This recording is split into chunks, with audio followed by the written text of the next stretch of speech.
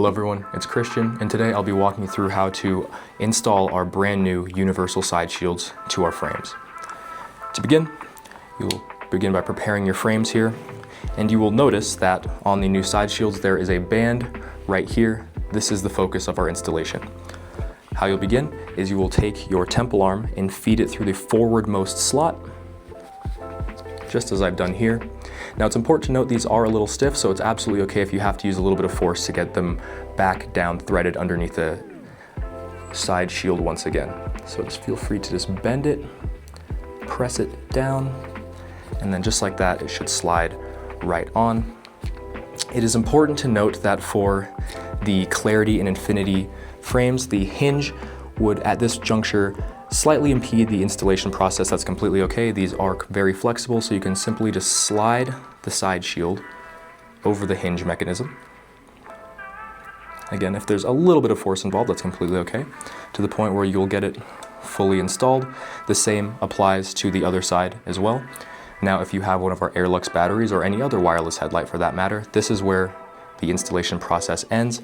However, for those with our wired options like the ProLux and WaveLux, there is an additional step here.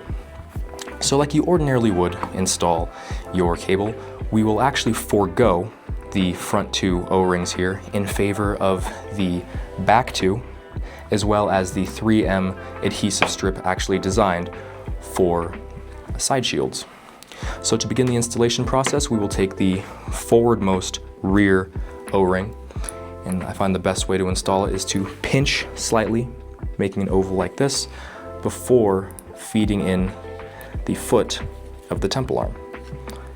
And then from there, it should be a relatively easy installation. Slide the cable all the way up the temple arm, as I'm doing now, until it makes contact with the end of the side shield. From there, what you do is you remove the paper to reveal the 3M adhesive strip on the underside of the control cable, wherein you will simply just stick that to the flat portion of the side shield like this. You may actually have to back up the O-ring ever so slightly just to help it cure a little bit better, but while you're holding that in place, you will be free to install the headlight onto the linkage arm system, whereupon it should be complete and you now will have a fully and properly installed side shield and control cable.